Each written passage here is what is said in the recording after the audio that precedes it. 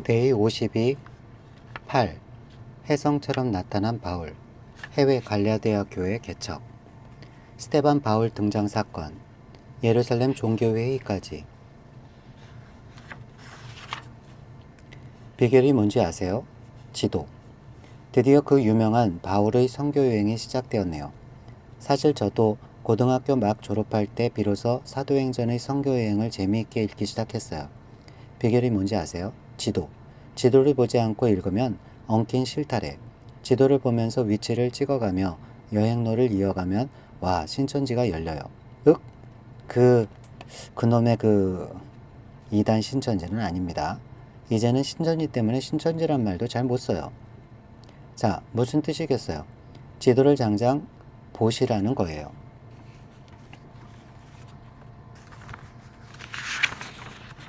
지도를 보게 되면 1차 선교여행 지도 보고 계시죠? 지금 안디옥에서 출발해서 안디옥으로 돌아오면 1차예요. 참 쉽죠? 이제부터 지도를 보고 따라오시는 분은 사도행전 2분의 1 이상 남은 분량 플러스 데살로니가전서, 데살로니가후서, 갈라디아서, 고린도전후서, 로마서, 빌레몬서, 골로새서, 에베소서, 빌립보서, 디모데전서, 디도서, 디모데후서를 다 가져가시게 되어 있습니다. 이런 구성 보셨어요? 덤이에요. 지명을 아느냐 모르느냐가 사도행전에 딸려다니는 부속 성경 목록을 읽느냐 못 읽느냐까지 좌우합니다. 꼭 예언서 같은 상황이죠. 열왕기하라는 실제 흘러가는 이야기에 딸려있는 부속 성경 목록들이 그 많은 예언서잖아요. 바울 서신서 반드시 지도와 함께 가야 읽어집니다. 수칙입니다요. 지도 보는 법 하나. 큰 지방부터 외우세요. 마치 갈릴리, 유대 이렇게 구분해 놓은 것인데 그것보다 더 큰 단위예요. 아래 읽을 때 그냥 쭉 아래로 읽어 내려가면 안 되고요. 수리아 읽고 지도 보고 갈라디아 읽고 지도에서는 어디 있나 보고 그렇게 아셨죠?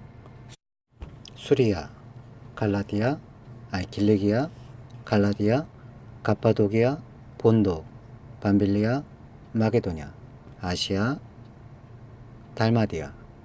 지도 보는 법 둘. 큰 도시도 외우세요. 마치 나사렛, 가버나움, 예루살렘, 가이사랴 같은 예루살렘, 수리아 안디옥, 비스디오 안디옥, 다소, 에베소, 빌립보, 데살로니가, 고린도, 로마 이렇게 어딘지 적어도 제가 말씀드린 지명을 모르시면 아래 내용부터 읽기가 어렵습니다. 이 책 닫아야 합니다요. 반드시 외워야 합니다. 지도가 머릿속에 있어야 읽을 수 있습니다. 한 번만 외우면 성경 혈액순환이 됩니다. 만약 외워지지 않으신다면 지도를 옆에 두고 성경에서 지명이 나오면 반드시 지도 속에서 확인하시며 따라오세요. 자, 베이스 캠프 수리아 안디옥의 펜 끝을 꼭 찍어 놓고 계세요.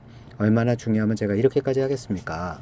거기서 출발합니다. 자, 앞으로 수리아, 길리기아, 갈라디아, 마게도냐, 아시아 등 큰 지방은 오히려 이렇게 작은 글씨로 표기합니다. 기억하시라고. 작지만 큰 단위입니다. 사도행전 13장 1절에서 3절. 무대, 수리아. 글씨는 작지만 큰 단위입니다. 안디옥 교회. 안디옥은 수리아 안의 도시입니다. 바나바, 사울, 마가 요한을 선교사로 파송하는 역사적인 순간입니다. 선교사들은 베이스 캠프가 있어야 한다. 그들을 파송하고 기도하며 서포트해주는 모체이에 기대야만 활동할 수 있기 때문이다. 파송교회다. 각계 전투는 안 된다. 마치 깊은 바다에 산소통을 메고 뛰어들어가 전복이나 소라를 따는 잠수부와 그에게 연결된 산소, 호스가 꼬일까봐 1초도 눈을 떼지 않고 보는 선원과의 관계랄까? 안디옥 배 안에 있는 선원들의 이름이 밝혀진다. 몇몇 무명의 교인들이 시작한 교회의 키 멤버들이 누구인지 정체를 밝힌다. 바나바, 니게르라고 하는 시므온, 구레네 사람 루기오, 분봉왕 헤롯과 함께 어릴 때부터 함께 자란 마나엔, 그리고 사울. 성령이 주체시다. 증인들이다. 성령, 증인, 유언, 단어대로 일은 진행되고 있는 중 금식하고 안수에서 세 사람이 1차 선교여행을 출발한다. 1차 선교여행의 열매는 갈라디아 교회 개척이다. 펜 끝을 수리아 안디옥 교역에 찍어 놓은 채 아래 1차 선교여행 전체 경로를 먼저 휘리릭 읽어보세요. 전체 여행은 일단 눈으로 읽어보니 아시겠죠? 갈라디아 교회 개척. 그 다음 지도를 보세요. 지도에서 1차 선교여행 코스를 눈으로 먼저 다녀와 보세요. 정말이지? 갈라디아 교회 개척. 사도행전 13장 1절에서 3절. 바나바와 사울이 보냄을 받다. 안디옥 교회에 예언자들과 교사들이 있었는데 그들은 바나바와 니게르라고 하는 시므온과 구레나 사람 루기오와 분봉아 헤롯과 더불어 어릴 때부터 함께 자란 미나엔과 사울이다. 그들이 주님께 예배하며 금식하고 있을 때에 성령이 그들에게 말씀하셨다. 너희는 나를 위해서 바나바와 사울을 따로 세워라. 내가 그들에게 맡기려 하는 일이 있다. 그래서 그들은 금식하고 기도한 뒤에 두 사람에게 안수를 하여 떠나보냈다. 사도행전 13장 4절에서 12절. 수리아 안디옥. 수리아 실루기아. 배를 타고 구브로섬 살라미 도착. 살라미에서 바보 이동. 와, 처음부터 대박. 키프로스 구브로섬 총독. 서기오 바울이 개종을 하다니. 대어를 낚은 셈. 용기 백배. 출발. 읽을 성경 범위와 코스, 제목 다 보셨죠? 앞으로 이런 식으로 여행할 거예요. 펜 끝을 수리아 안디옥에 찍고 있었는데 자, 이제 읽으시면 성경의 지명을 따라서 이동하세요. 몸도 현장 속으로 이동. 구브로, 키프로스 섬 안에 회당이 있다니 재미난 발견 아닙니까? 가버나움 회당, 이런 말은 읽어봤는데 구브로 회당, 재밌네요. 유대인들이 거기에도 있었나? 이런 생각도 나야겠죠? 네, 엄청 많이 살았거든요. 회당 한마디에 유대인들이 많구나가 떠오르시죠? 이렇게 보물찾기처럼 한 문장 한 문장 여행하듯 읽어보세요. 제가 일일이 설명하지 못합니다. 저는 중요한 포인트만 찍어드릴 테니까 여러분은 성경 읽으면서 샅샅이 비경을 구경하세요. 그렇게 가노라면 바울의 속 생각도 알게 되고 감정도 느껴지고 성격도 보이고 약점도 보이고 앞으로 등장할 디모데, 브리스길라와 아굴라, 아볼로, 디도도 보일 거예요. 딱딱한 바울이 아니라 피부색 그을린 바울이 보일 거예요. 앞으로 바울 사도와 죽을 때까지 동행해야 되니 말입니다. 같이 사는 거죠 뭐. 구브로 섬 안의 바보. 이름이 좀 하지만 여기에 로마 총독의 주제지다. 오늘날은 바포, 유대인 바 예수가 등장한다. 그는 구브로 총독의 예언자 노릇을 하고 있다. 구약 남방유다 말기에 바벨론 포로로 잡혀간 다니엘도 그랬다. 느부갓네살 황제 옆에서 미래 역사를 예견하는 직업인 박수, 술객이었다. 바벨론 사람들이 볼 때는 여호와 하나님께 신접한 유대인 술객쯤 됐었다. 600년의 시간이 흐른 지금 상황에 바 예수라는 사람이 구브로 총독 서기오 바울에게는 바로 그런 역할을 하고 있는 것이다. 그런데 문제는 악령에 신접한 마술사다. 성령께서 그를 알아보고 눈을 멀게 하신다. 총독 서기오 바울은 개종한다. 바나바와 사울이 보냄을 받다. 사도들의 키프로스 전도 활동. 바나바와 사울은 성령이 가라고 보내심으로 실리기아를 내려가서 거기에서 배를 타고 키프로스로 건너갔다. 그들은 살라미에 이르러서 유대 사람의 여러 회당에서 하나님의 말씀을 전하였다. 그들은 요한도 또한 조수로 데리고 있었다. 그들은 온 섬을 가로질러 바보에 이르렀다. 거기서 그들은 어떤 마술사를 만났는데 그는 거짓 예언자였으며 바 예수라고 하는 유대인이었다. 그는 총독 서기오 바울을 늘 곁에서 모시는 사람이었다. 이 총독은 총명한 사람이어서 바나바와 사울을 청해서 하나님의 말씀을 듣고자 하였다. 그런데 이름을 엘루마라고 번역해서 부르기도 하는 그 마술사가 그들을 방해하여 총독으로 하여금 믿지 못하게 하려고 애를 썼다. 그래서 바울이라고도 하는 사울이 성령으로 충만하여 마술사를 노려보고 말했다. 너 속임수와 악행으로 가득 찬 악마 이 자식아. 모든 정의의 원수야. 너는 주님의 바른 길을 굽게 하는 짓을 그치지 못하겠느냐. 보아라, 이제 주님의 손이 너를 내리칠 것이니 눈이 멀어서 얼마 동안 햇빛을 보지 못할 것이다. 그러자 곧 안개와 어둠이 그를 내리덮어서 그는 앞을 더듬으면서 손을 잡아 자기를 이끌어줄 사람을 찾았다. 총독은 그 일어난 일을 보고 주님을 믿게 되었고 주님의 교훈을 깊은 감명을 받았다. 사도행전 13장 13절에서 52절.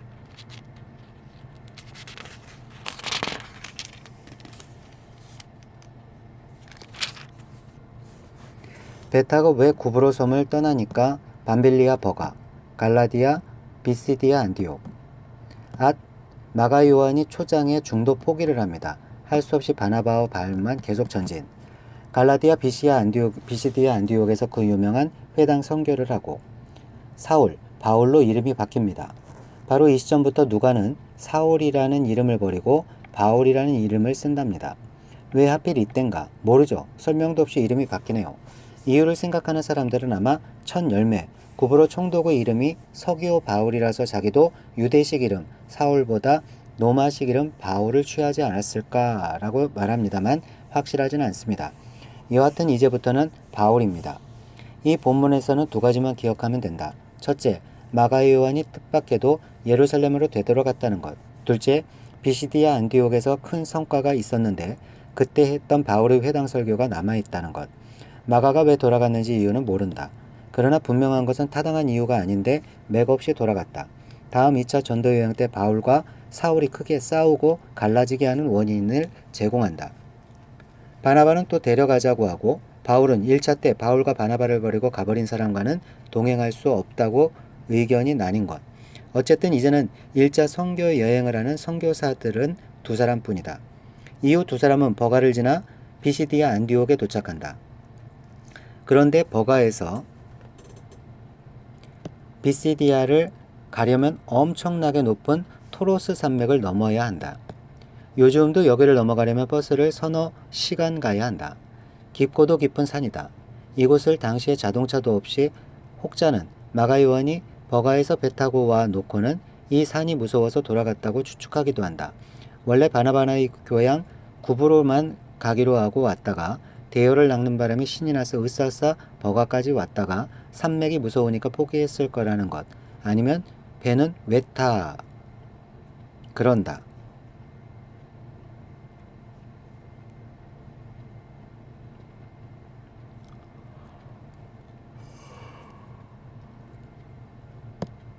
토로스 산맥. 구브로에서나 비시디아 안디옥에서나 회당으로 먼저 들어간 것을 보면 바울은 처음부터 100% 외국 사람 영역에서 활동한 것이 아님을 알 수 있다. 현재 우리 한국 사람들이 상황으로 말하자면 이렇다. 전 세계에 흩어진 한국 사람들이 교회를 중심으로 모여 있는데 한국에서 파송받은 선교사가 그 나라 현지인 선교를 하는 것이 아니고 해외, 한국 이민사회에 먼저 들어가서 활동한다는 뜻이다. 회당을 발판으로 해서 활동하면서 서서히 현지인들에게도 뻗어나가게 되는 전도인 셈이랄까? 비시디아 안디옥에서 설교한 원문을 읽으면 된다.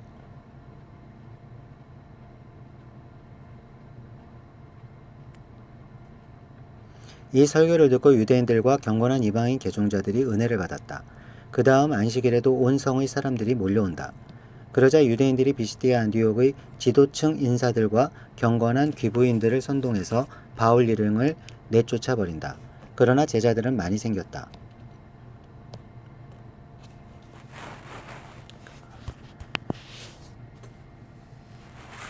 바나바와 사울이 바울과 바나바가 비시디아의 안디옥에서 전도하다. 바울과 그 일행은 바보에서 배를 타고 밤빌리아에 있는 버가로 건너갔다. 그런데 요한은 그들과 헤어져서 예루살렘으로 돌아갔다. 그들은 버가에서 더 나아가 비시디아의 안디옥에 이르러서 안식일에 회당에 들어가 앉았다. 율법사와 예언자의 글을 낭독한 뒤에 회당장들이 바울과 바나바에게 사람을 보내어 형제들이여 이 사람들에게 권면할 말씀이 있으면 해주시오 하고 청하였다. 그래서 바울은 일어나서 손을 흔들고 말하였다. 이스라엘 동포 여러분, 그리고 하나님을 두려워하는 사람들이여, 내 말을 들으십시오. 이 백성 이스라엘의 하나님께서 우리 조상을 택하셨습니다. 이 백성이 이집트 땅에서 나그네 생활을 하는 동안에 이 백성을 높여주시고 권능의 팔로 그들을 거기에서 인도하여 내셨습니다. 광야에서는 40년 동안 그들에 대하여 참아주시고 가나안 땅의 7 족속을 멸하셔서 그 땅을 그들에게 유업으로 주시고 약 450년 동안 차지하게 하셨습니다. 그 뒤에 예언자 사무엘 시대에 이르기까지는 사사들을 보내주시고 그 뒤에 그들이 왕을 요구하기에 하나님께서는 베냐민 집파 사람 기스의 아들 사울을 그들에게 왕으로 주셔서 40년 동안 그를 왕으로 섬기게 하셨습니다. 그 다음에 하나님께서는 사울을 물리치시고서 다윗을 그들의 왕으로 세우시고 증언하여 말씀하시기를 내가 이새의 아들 다윗을 찾아냈으니 그는 내 마음에 드는 사람이다. 그가 내 뜻을 다 행할 것이다 하셨습니다. 하나님은 약속하신 대로 다윗의 후손 가운데에서 구주를 세워 이스라엘에게 보내셨으니 그가 곧 예수입니다. 그가 오시기 전에 요한이 먼저 회개의 세례를 모든 이스라엘 백성에게 선포하였습니다.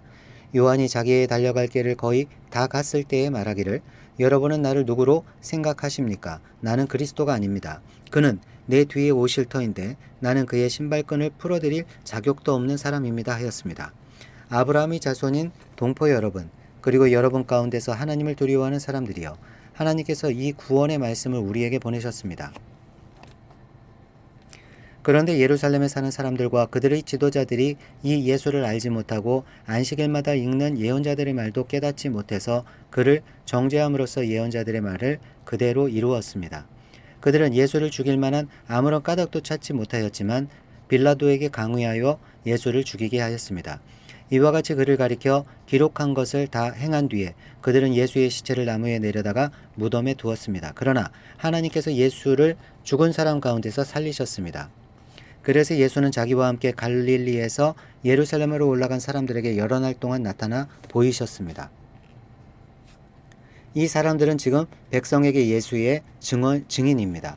우리는 하나님께서 조상들에게 하신 그 약속을 여러분에게 기쁜 소식으로 전합니다. 하나님께서 예수를 일으키셔서 조상들의 후손인 우리에게 그 약속을 이루어 주셨습니다. 시편 2째 편에 기록한 바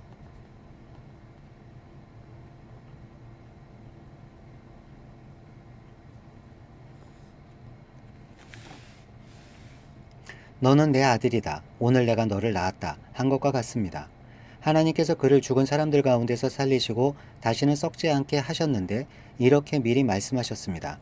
다윗에게 약속한 거룩하고 확실한 복을 내가 너에게 주겠다. 그러므로 다른 시편에서는 또 이렇게 말씀하셨습니다. 주님께서는 주님의 거룩한 분이 썩지 않게 하실 것이다. 다윗이 사는 동안 하나님이 뜻을 받들어 섬기고 잠들어서 조상들 곁에 묻혀 썩고 말았습니다. 그러나 하나님께서 살리신 분은 썩지 않으셨습니다. 그러므로 동포 여러분, 바로 이 예수로 말미암아 여러분에게 죄의 용서가 선포된다는 것을 알아야 합니다. 여러분이 모세의 율법으로는 의롭게 될 수 없던 그 모든 일에서 풀려납니다. 믿는 사람은 누구나 다 예수 안에서 의롭게 됩니다. 그러므로 예언서에서 말한 일이 여러분에게 일어나지 않도록 조심하십시오. 이렇게 말하였습니다. 보아라, 너희 비웃는 자들아, 놀라고 망하여라. 내가 너희 시대에 한 가지 일을 할 터인데 그 일을 누가 너희에게 말하여 줄지라도 너희는 도무지 믿지 않을 것이다. 그들이 회당에서 나올 때의 사람들은 다음 안식일에도 이러한 말씀을 해달라고 청하였다. 회중이 흩어진 뒤에도 유대 사람들과 경건한 개종자들이 바울과 바나바를 많이 따랐다. 바울과 바나바는 그들에게 말을 거느면서 늘 하나님의 은혜에 머물러 있으라고 권면을 하였다.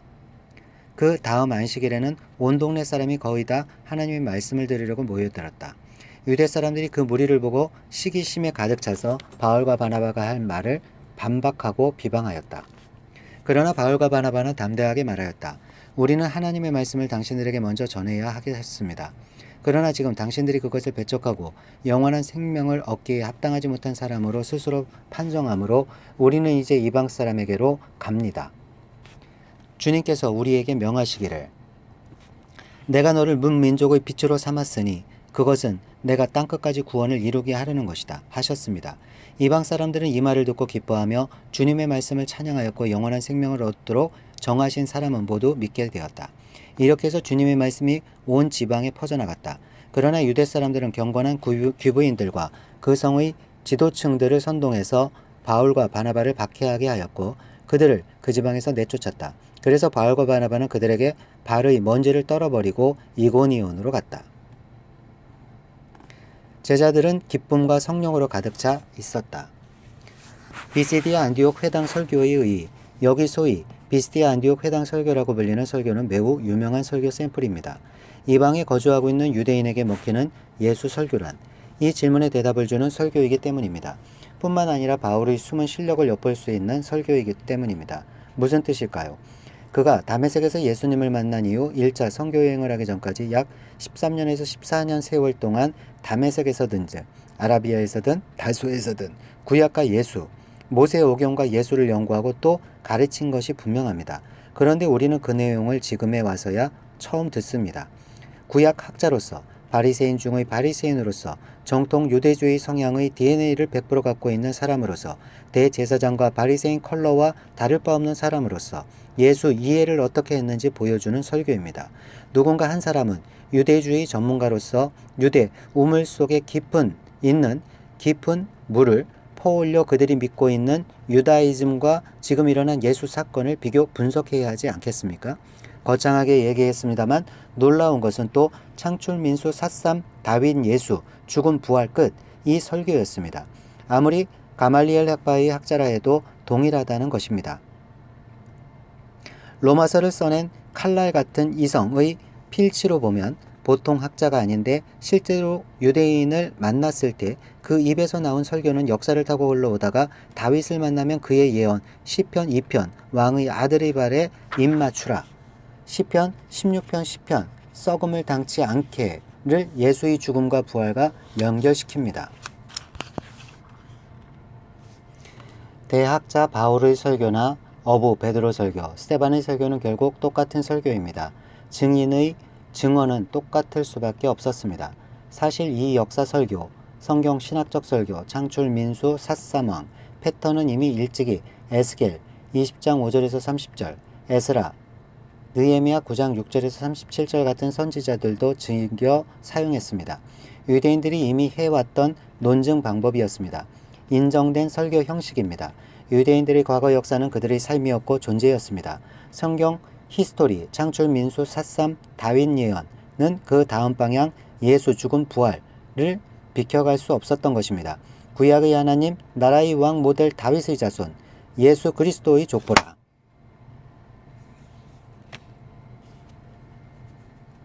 예수 그였습니다. 바울은 피 흘리고 처형당한 예수님은 미친 사람이 아니라 과연 그리스도였다는 사실을 온 영혼을 다해 확신했던 것입니다. 아니면 어떻게 이 일에 목숨을 걸 수 있겠습니까? 그의 구약 성경 지식이 그를 그렇게 만들었습니다.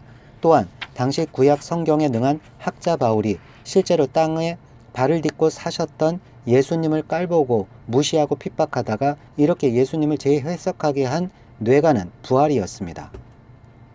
육신으로 만나지 못했지만 다메섹에서 부활의 예수님을 보았습니다. 다윗의 글 썩음을 당치 않으시고 음부에 내려가지 않으시는 그리스도 예언의 구약 경전과 부활이라는 현실 예수가 닿는 순간 스파크를 일으켰고 전 세계 역사를 바꿀 만한 엄청난 에너지원이 되었습니다. 아 그래 전 세계 어디를 가도 유대인들에게 주장할 수 있는 깃발이다. 바울이 이것을 깨닫기 전 베드로나 스데반 역시 예루살렘에서 그렇게 설교하지 않았습니까? 똑같이 창출 민수 삿삼 다윗 예수 부활을 공감하고 수용해 왔던 것입니다. 결국 예루살렘의 유대인에게나 비시디아 안디옥의 유대인에게나 예수 증언 설교는 한 분 진리의 영이신 성령의 사역이라고 말할 수밖에 없습니다. 예수 그가 누가인지를 증거하실 분 보혜사 성령을 보내주시겠다고 하시더니 그가 이렇게 일을 하고 계시는 겁니다. 그래서 사도행전을 읽다 보면 계속해서 나오는 주체자가 성령이실 수밖에 없습니다. 사도행전 14장 1절에서 20절 갈라디아 이고니온에서 갈라디아 루스드라 갈라디아 더베 유대인의 눈 할 수 없이 갈라디아 이고니온 갈라디아 루스드라 길리기아 아니야? 갈라디아? 갈라디아는 여긴데 여기가 갈라디아야 그럼? 이고니온. 갈라디아 맞네.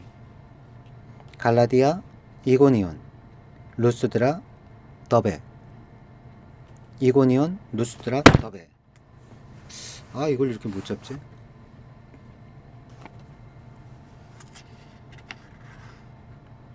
바울, 돌에 맞아 거의 죽다. 역시 이고니온에도 회당이 있다. 돌이켜보라. 구브로, 비시디아 안디옥, 이고니온, 바울이 여기까지 오는 동안 모두 회당을 중심으로 유대인을 만나 전도한다. 그런데 유대인이 또 방해한다. 자, 이쯤 되면 우리는 대충 짐작이 간다. 바울의 해외 선교 활동의 패턴이 어땠는지를 말하자면 회당에서 전도한다. 많이 믿게 된다. 유대인이 나타나서 방해한다. 그래서 이고니온, 오늘날은 꼬냐라는 도시, 맥도날드, KFC, 스타벅스, 커피 다 있음으로 가게 되는데 여기서도 두 편으로 갈라진다. 바울 쪽과 유대인 쪽. 급기야 돌로 쳐 죽이려는 돌풍 상황이 되자 일행은 촌동네 지방 루스드라와 더베 방향으로 쫓겨난다. 루스드라에서 발을 쓰지 못하는 장애인을 일으킨다. 이 기적으로 바울은 헤르메스, 험에, 바나바는 제우스, 스스라고 추앙된다. 그런데 아플사, 비스티아 안디옥과 이고니온의 그 유대인들이 합동으로 여기까지 몰려왔다. 어느새 결탁한 것이다. 이런 엄청난 이적을 봐도 군중은 이 합동 유대인 세력에 설득당해서 바울을 돌로 쳐 죽이는 것을 방관한다. 그런데 이적이 일어난다. 제자들이 바울을 둘러서서 기도했을 때 살아난 것. 이때 둘러선 제자들 중에 디모데가 있었다. 이 환란을 디모데가 함께 겪었다고 바울이 나중에 회고하는 걸 보면 디모데후서 3장 11절에 루스드라에서 벌떡 일어나 그 다음날 벌써 더베로 향하는 이들을 보라. 불사조 아닌가. 14장 1절에서 20절. 바울과 바나바가 이고니온에서 전도하다. 바울과 바나바는 이고니온에서도 이전과 마찬가지로 유대 사람의 회당에 들어가서 말하였다. 그래서 유대 사람과 그리스 사람이 많이 믿게 되었다. 그러나 마음을 돌이키지 않은 유대 사람들이 이방 사람들을 선동해서 믿는 형제들에게 나쁜 감정을 품게 하였다. 두 사도는 오랫동안 거기에 머물면서 주님을 의지하여 담대하게 말하였다. 주님께서는 그들의 손으로 표징과 놀라운 일을 행하게 하셔서 그들이 전하는 은혜의 말씀을 확증하여 주셨다. 그 도시 사람들은 두 편으로 나뉘어서 더러는 유대 사람의 편을 들고 더러는 사도의 편을 들었다. 그런데 이방 사람들과 유대 사람들이 그들의 관원들과 합세해서 바울과 바나바를 모욕하고 돌로 쳐 죽이려고 했다. 사도들은 그것을 알고 루가오니아 지방에 있는 두 도시 루스드라와 더베와 그 근방으로 피하였다. 그들은 거기에서도 줄곧 복음을 전하였다. 바울과 바나바가 루스드라에서 전도하였다. 루스드라에 발을 쓰지 못하는 지체 장애인 한 사람이 앉아 있었다. 그는 나면서부터 못 걷는 사람이 되어서 걸어본 적이 없었다. 이 사람이 바울이 말하는 것을 들었다. 바울은 그를 똑바로 바라보고 고침을 받을 만한 믿음이 그에게 있는 것을 알고는 큰 소리로 그대의 발로 똑바로 일어서시오 하고 말하였다. 그러자 그는 벌떡 일어나서 걷기 시작하였다. 무리가 바울이 행한 일을 보고서 루가오니아 말로 신들이 사람의 모습으로 우리에게 내려왔다 하고 소리질렀다. 그리고 그들은 바나바를 제우스라고 부르고 바울을 헤르메스라고 불렀는데 그것은 바울이 말하는 역할을 주로 맡았기 때문이다. 성 바깥에 있는 제우스 신당의 제사장이 황소 몇 마리와 화환을 성문 앞에 가지고 와서 군중과 함께 두 사람에게 제사를 드리려고 하였다. 이 말을 듣고서 바나바와 바울 두 사도는 자기들의 옷을 찢고 군중 가운데로 뛰어들어가서 외치면서 이렇게 말하였다. 여러분은 어찌하여 이런 일들을 하십니까? 우리도 또 여러분과 같은 성정을 가진 사람입니다. 우리가 여러분에게 복음을 전하는 것은 여러분이 이런 헛된 일을 버리고 하늘과 땅과 바다와 그 안에 있는 모든 것을 만드신 살아계신 하나님께로 돌아오게 하려는 것입니다. 하나님께서는 지나간 세대에는 이방 민족들이 자기네 방식대로 살아가게 내버려 두셨습니다. 그렇지만 하나님께서 자기를 드러내지 않으신 것은 아닙니다.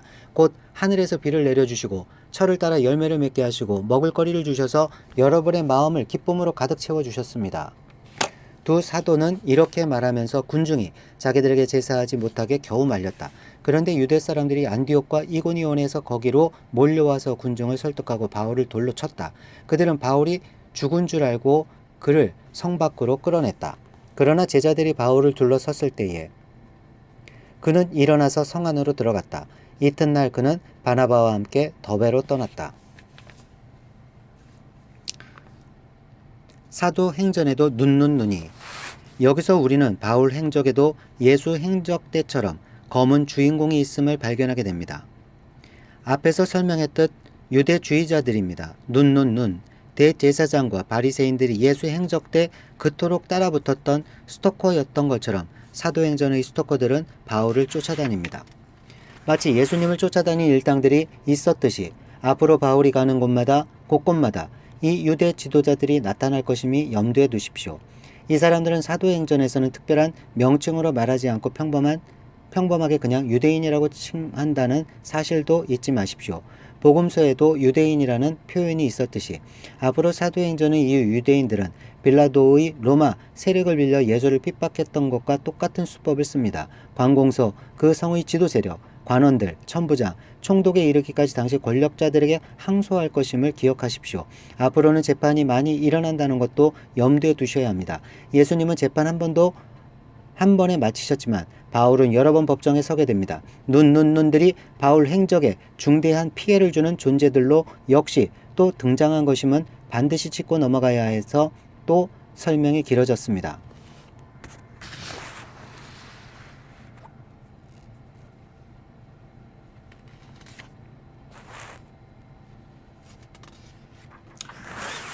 에젤쌤도 힘들어요. 대충 사건만 짚고 가자니 성경의 중추신경을 흐르는 요지가 이해가 되지 않을 것 같고 설명하자니 말이 많아져서 성경이 있는 범위보다 더 많고 근데 할 수 없어요. 지금은 바울의 선교여행 앞부분이라서 중요한 요소들이 나오니까 좀 설명이 길지만 나중에 뛰어들어가는 서신서라든가 좀 쉬운 부분은 설명 없이 나갈 거예요. 힘들어도 아하자. 이렇게 해서 한국 사람에게도 전해진 것이니 고마워하면서 아하자.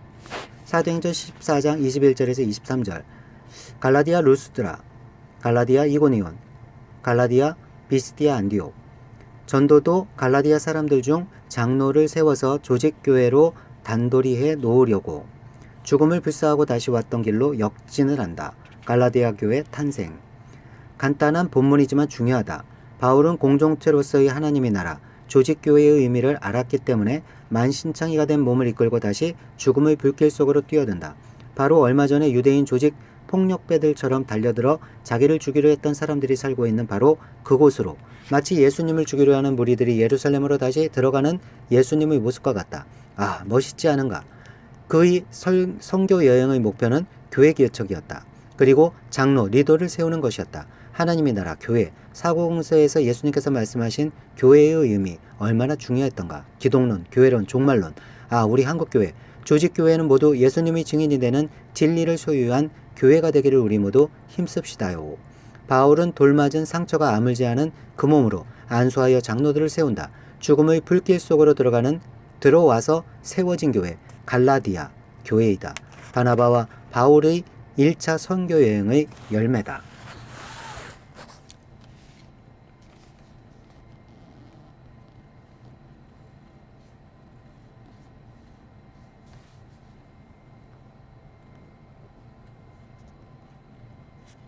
사도행전 14장 21절에서 23절 바울과 바나바가 수리아의 안디옥으로 돌아오다. 바울과 바나바는 그 성에서 복음을 전하여 많은 제자를 얻은 뒤에 루스드라와 이고니온과 안디옥으로 되돌아갔다.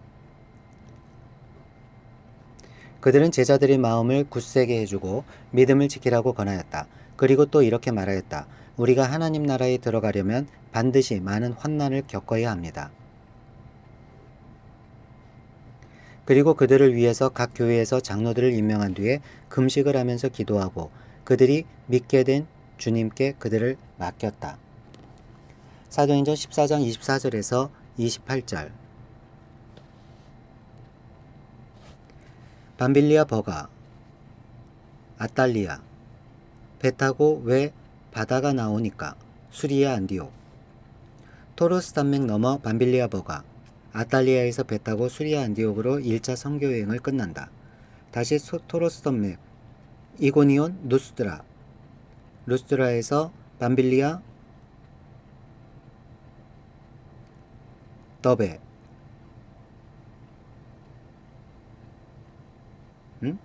아니지. 밤빌리아 버가. 밤빌리아 버가에서 아탈리아. 아탈리아에서 배 타고 안디옥으로. 토로스 산맥을 넘어서. 그러니까 이고니온 누스트라 더베에서 토로스 산맥을 넘어서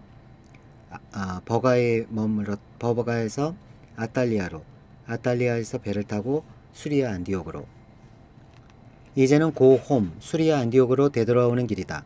수리아 안디옥 교회에 와서 선교 보고를 한다.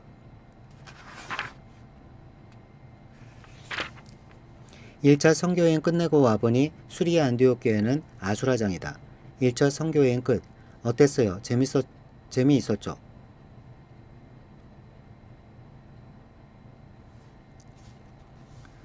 (14장) 24절에서 28절. 그리고 그 두 사람은 비시디아 지방을 거쳐서 밤빌리아 지방에 이르렀다. 그들은 버가에서 말씀을 전한 뒤에 아탈리아로 내려가서 거기에서 배를 타고 안디옥으로 향하여 갔다. 이 안디옥은 그들이 선교 활동을 하려고 하나님의 은혜에 몸을 내맡기고 나선 곳이다. 이제 그들은 그 일을 다 이루었다. 그곳에 이르러서 그들은 교회 회중을 불러 모으고서 하나님께서 자기들과 함께 행하신 모든 일과 하나님께서 이방 사람들에게 믿음의 문을 열어주신 것을 보고 하였다. 그들은 제자들과 함께 오랫동안 지냈다. 1차 선교여행 끝나고 와보니 수리아 안디옥 교회는 아수라장. 1차 선교여행 끝. 어땠어요? 재미있었죠?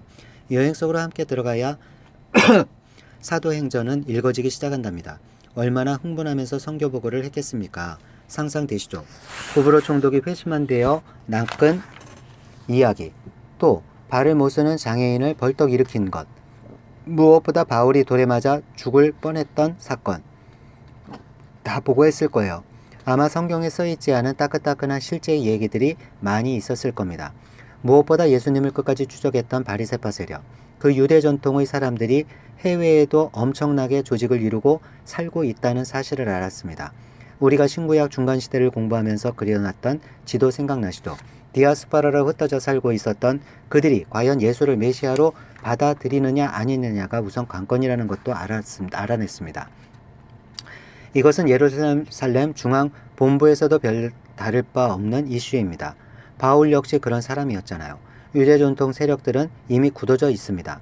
그리고 거대한 물결이잖아요. 갑자기 나타난 예수님의 죽음과 부활, 이것을 믿으면 구원이다. 이 내용을 들이대고 있으니 그들의 입장에서 보면 기가 막힌 일입니다. 거꾸로 말하면 이걸 그들에게 전하고 다니는 전도자들은 도대체 얼마나 확신에 차 있으면 그렇게 하겠냐는 겁니다. 지적으로든 능력으로든 엄청난 역방향 에너지가 솟구치지 않는다면 사실 이런 전도여행이란 불가능합니다. 아니나 다를까 수리아 안디옥에 돌아와 보니 역시 그 사람들 여기 안디옥 교회까지 냄새를 맡았네요. 든든하게 세워져 가던 최초의 이방인 교회마저 말입니다. 선교여행 보고도 잠시뿐 바울과 바나바는 문제를 수습해야 합니다. 이 세력들은 대단합니다. 예수님도 그들에 의해 죽으셨고 사도 바울 역시 지금 그들과 맞서 논리적으로 신학적으로 계속 싸워야 하는데 역부족입니다. 그래서 예루살렘 본부 쪽으로 내려가고 있습니다. 일이 어떻게 되어갈지 봅시다. 예루살렘 종교회의. 사도행전 15장 1절에서 35절. 수리아 안디옥 교회까지 공격하고 있는 유대인들의 눈. 실력자 바울도 해결하지 못하여 예루살렘 본부로 종교회의를 열리다.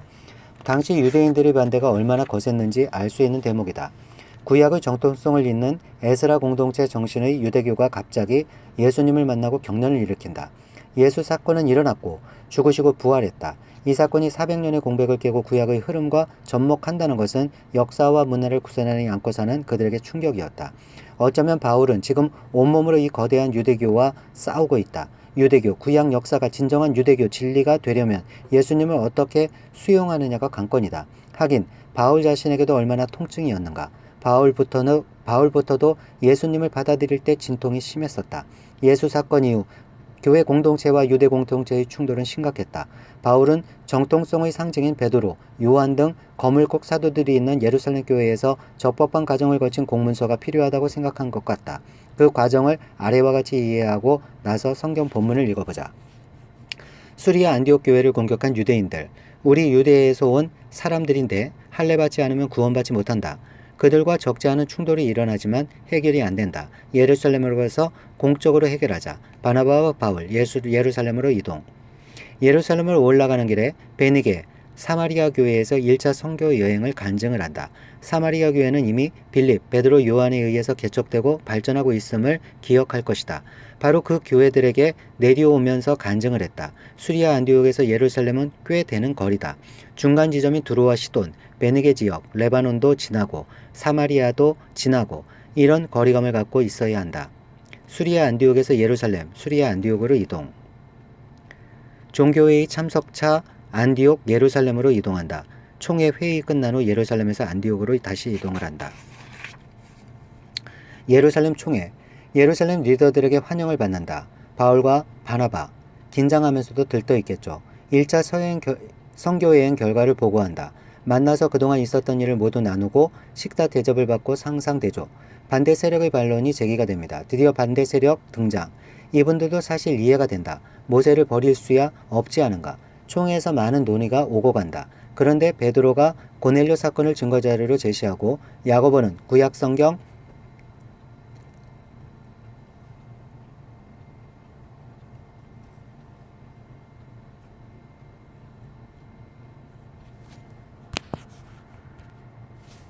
아모스 9장 11, 12절을 참고자료로 내어놓으니 결론이 내려진다.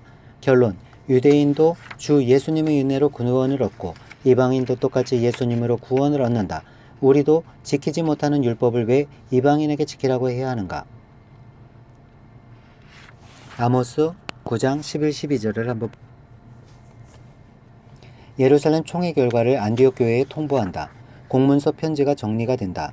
유대에서 내려가 혼란스럽게 해서 미안하다. 대표단들이 가서 자세히 설명할 거다. 율법을 지킴으로 구원을 받는 것이 아니다. 단, 이 교도들 종교 문화는 교회 안에 들여놓지 마라. 이런 식의 내용이다. 공문서를 전달할 대표단들이 뽑힌다. 유다와 실라. 어디서 많이 듣던 이름이죠. 공문서를 수리아 안디옥 교회에 전달하고 교제를 한다. 편지를 잘 전달하고 설명을 한다. 유다와 실라는 유명 강사같이 말씀 전하는 사람들이니까 특강도 듣고.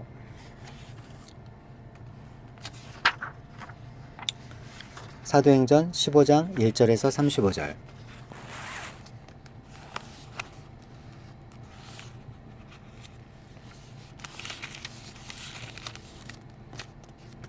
예루살렘 회의 15장.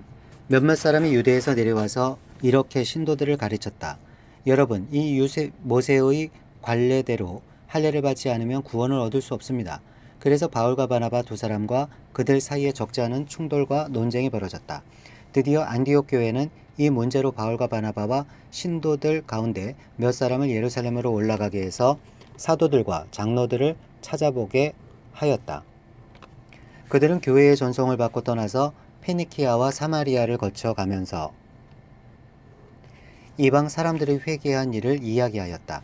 그리하여 그들은 그곳의 모든 신도들을 매우 기쁘게 하였다.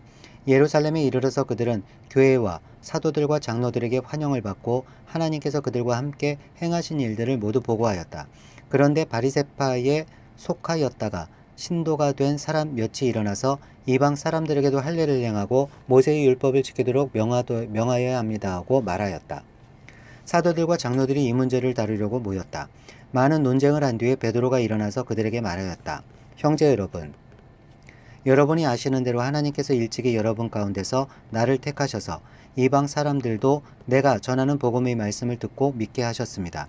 그리고 사람의 마음속에 아시는 하나님께서는 우리에게 주신 것과 같이 그들에게도 성령을 주셔서 그들을 인정해 주셨습니다. 하나님께서는 그들의 믿음을 보셔서 그들의 마음을 깨끗하게 하시고 우리와 그들 사이에 아무런 차별을 두지 않으셨습니다. 그런데 지금 여러분은 왜 우리 조상들이나 우리가 다 감당할 수 없던 멍에를 제자들의 목에 메워서 하나님을 시험하는 것입니까? 우리가 주 예수의 은혜로 구원을 얻고 그들도 꼭 마찬가지로 주 예수의 은혜로 구원을 얻었다고 우리는 믿습니다.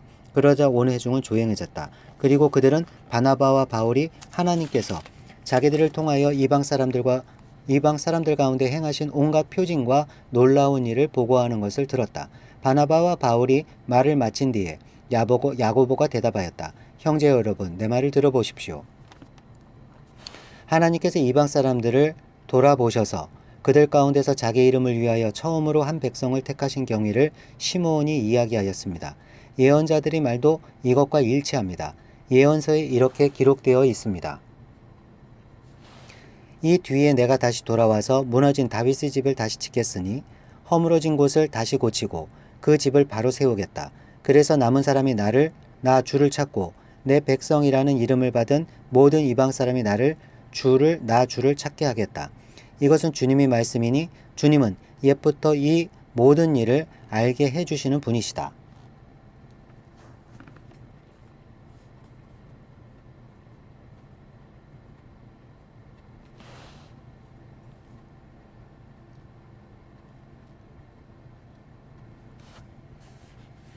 그래서 남은 사람이 나 주를 찾고 내 백성이라는 이름을 받은 모든 이방 사람이 나 주를 찾게 하겠다.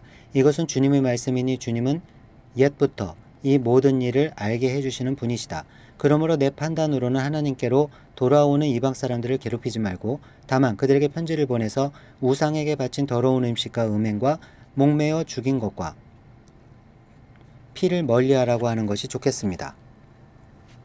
예로부터 어느 도시에나 모세를 전하는 사람이 있어서 안식일마다 회당에서 그의 글을 읽고 있습니다. 이방계 신자들에게 보낸 사도의 편지. 그래서 사도들과 장로들과 온 교회가 대표들을 뽑아서 바울과 바나바와 함께 안디옥으로 보내기로 결정하였다. 그래서 대표로 뽑힌 사람은 신도들 가운데서 지도자인 바사바라고 하는 유다와 실라였다. 그들은 이 사람들 편에 아래와 같은 내용의 편지를 써보냈다. 형제들은 우리 사도들과 장로들은 안디옥과 시리아와 길리기아의 이방 사람 교우 여러분에게 문안합니다.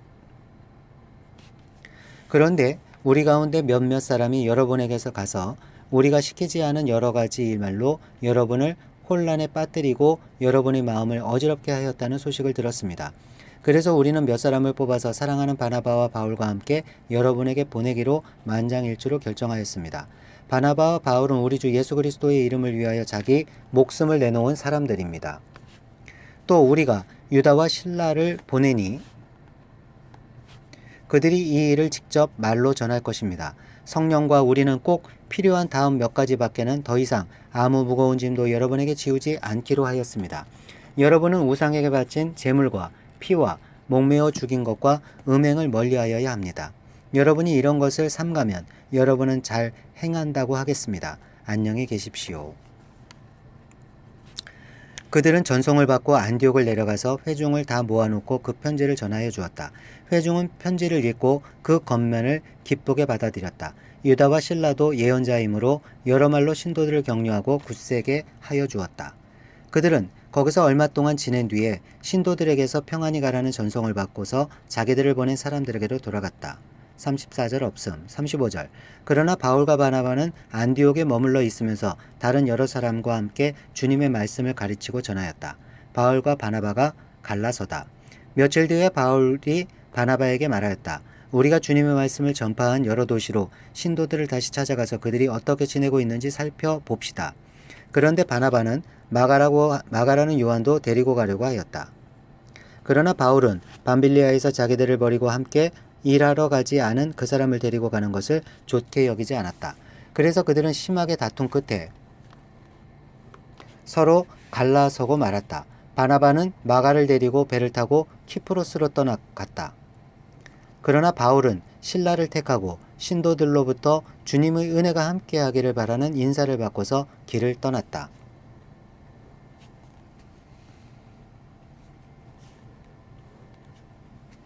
그래서 시리아와 길리기아를 돌아다니며 모든 교회를 튼튼하게 하였다.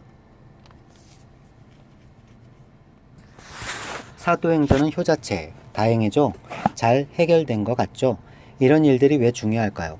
누가 물어보면 대답할 줄 알아야 합니다. 이런 일이 일어난 사건 그 자체만 달랑 이해 안 될 별 의미가 없겠죠.